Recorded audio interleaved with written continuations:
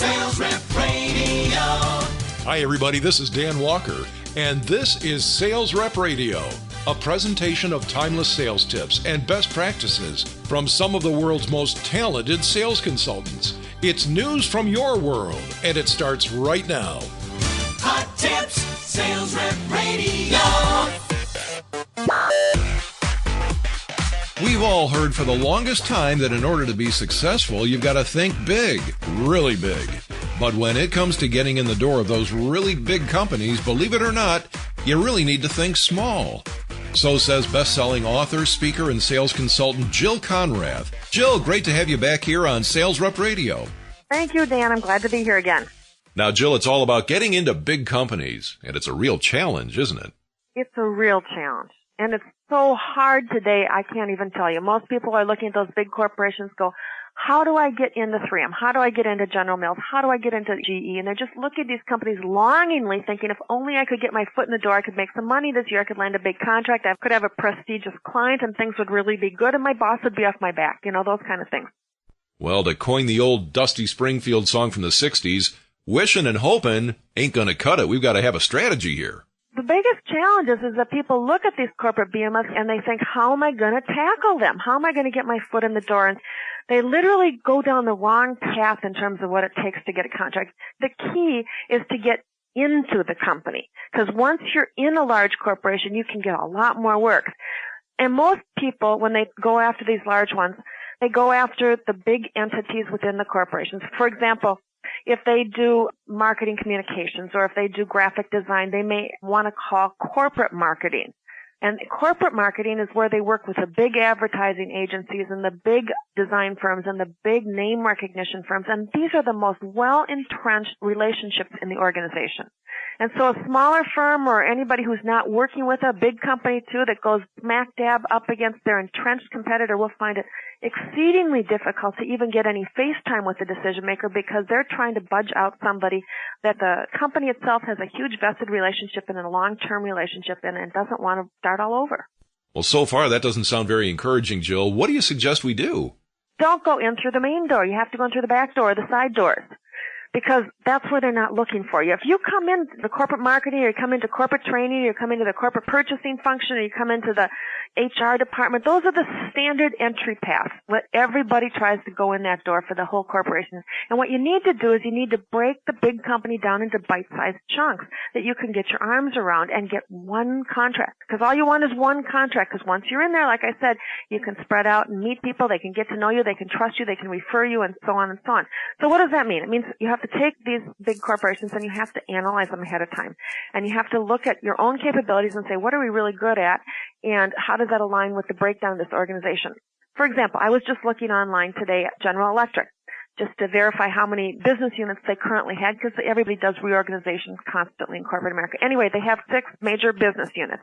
So I could figuratively break it down into a bite-sized chunk called GE Financial Services or GE Healthcare, or any of the other 4 business units. But then if you take a look under those business units, each of these business units is a huge entity in and of itself. And if you take that and you say, well, what's in healthcare? Within healthcare, you have medical imaging, you have patient monitoring, you have healthcare IT, you have bioscience.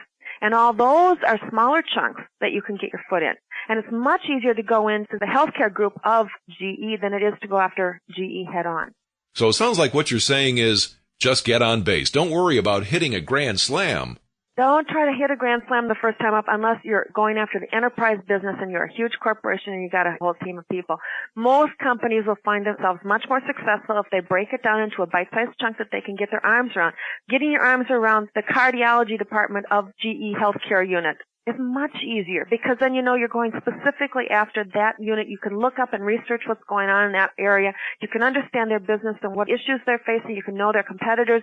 And then you can create a much stronger value proposition in order to get your foot in the door of the big company. And once we get into this smaller segment, we still need to have a pretty strong value proposition. That's right, and you can't craft a strong value proposition for a corporate entity necessarily. It's much easier to craft it for the marketing department of one of those things, or the production area, or the human resources department of that particular entity. Because then you can take a look at your offering, you can say, what difference do we make, what impact do we have, and how can we tie it into the specific needs and issues that this small group within this major corporation is facing. and then you will find a way to get your foot in the door, and that's what it really takes. Now, do you have any tips for us to ensure an effective value proposition? Yeah, I do, and this goes back to another way to think small again and not think huge. One of the biggest mistakes that I see sellers make is they think they're only going to get one chance to meet with the corporate decision maker, or they're only going to get them on the phone at one time, and so they have to let everything out at once just in case they miss something. They want their prospective customer to know everything that their organization does, from soup to nuts, from A to Z, their entire product and service line, and that's a big mistake. That's a natural inclination for us all, isn't it? It's our natural inclination. It's our human inclination. We're so afraid that we'll never get this corporate decision maker on the phone, or we'll never get another appointment with this person. We think we better tell them everything that we do in our company, because if we don't, I might miss something. That might have been what they would have raised their hand and said, oh, that's what we want. That's what we want. And so I lay it all out. I have out my entire brochure, or I tell them everything that we can do in all our services, and that's exactly the wrong thing to do. Now, wait a minute. Shouldn't your company have trained you to have a little thumbnail response for situations just like this? Oh, yes. You can do a little thumbnail, but most people don't get caught in the thumbnail. They get so excited that they want to tell everything. But let me even tell you this. If you really want to get your foot in the door, you won't focus on the everything. You'll focus on the specific business issue that you can have an impact on. Because the customer is not interested at all in your product or service. They're only interested in the difference that you can make. And so if you think you got to throw your whole product line or your service line at them, you're confusing the issue and you're positioning yourself as a vendor. And then they will say to you, well, Dan, we're already working with another firm that does that. And then you're toast. So that does go back to your premise that we should all think small or think in little pieces. Think small, think in little pieces, go after a small part of that big corporation and take one aspect of your product offering and say, what business problems does it solve? They don't want to hear about everything, because you'll really turn yourself into a commodity. And they will automatically say, we're already working with somebody else, or we already use this supplier for that type of thing. And that's the last thing you want. You focus on a small part of your product and service, and you say, what problem does it solve? What issue does it solve? And you want to talk about business, not your offering. And again, it's focusing. It's really, really focusing as opposed to splattering. Now, the important thing for us is if we're going to talk about just one piece of our offering, how do we know it's the right piece of information for the client? Well, if you do your research well, Dan, you will find that there are certain things that you have that really do make a difference on critical issues that organizations are facing. And so, for example, with me, I could do a whole range of sales training type of things because I'm really good at a lot of aspects of sales training.